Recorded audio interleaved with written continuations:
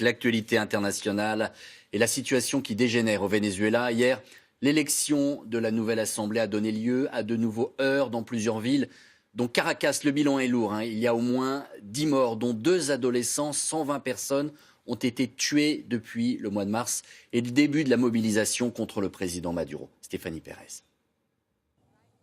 La tension ne retombe pas. Alors que la police militaire quadrille les rues de Caracas, soudain, une violente détonation. Visés par des explosifs, 7 policiers sont blessés, brûlés. De l'autre côté de la rue, les opposants au régime chaviste de Nicolás Maduro huent les forces de l'ordre.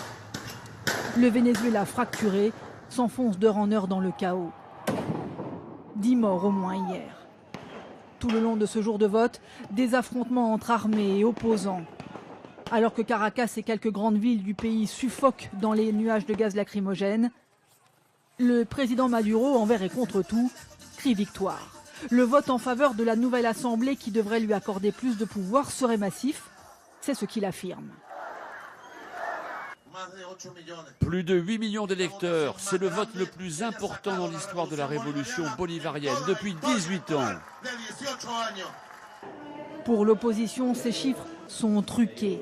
Selon ses dirigeants, ce vote est un pas de plus vers la dictature.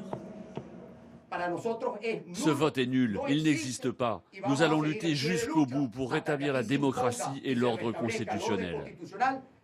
Les États-Unis et plusieurs pays d'Amérique latine annoncent qu'ils ne reconnaissent pas la nouvelle Assemblée vénézuélienne. L'opposition appelle à de nouvelles manifestations aujourd'hui.